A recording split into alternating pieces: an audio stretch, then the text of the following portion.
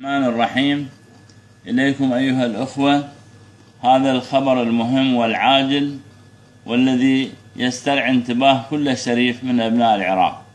هذا التفاح إيراني مستورد، إنه مغلف بمادة البلاستيك.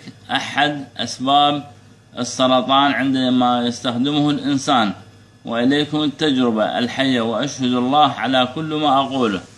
وإليكم هذه التجربة أمام أعينكم. انظروا أيها الأخوة، مادة بيضاء طلي بها التفاح، لاحظوا.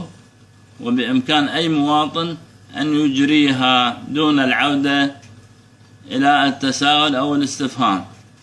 إنه تفاح إيراني مستورد مطلي بمادة البلاستيك، إحدى أسباب السرطان للإنسان. لاحظ أخي الكريم، إنه يحترق وتخرج منه رائحة البلاستيك بشكل واضح وبين دون اللبس.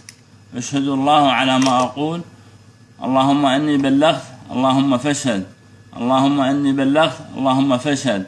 أيها المسؤولون، أيها البرلمانيون، يا من يعنيكم أمر صحة العراقي، انتبهوا لهذا، والله على ما أقول شهيد.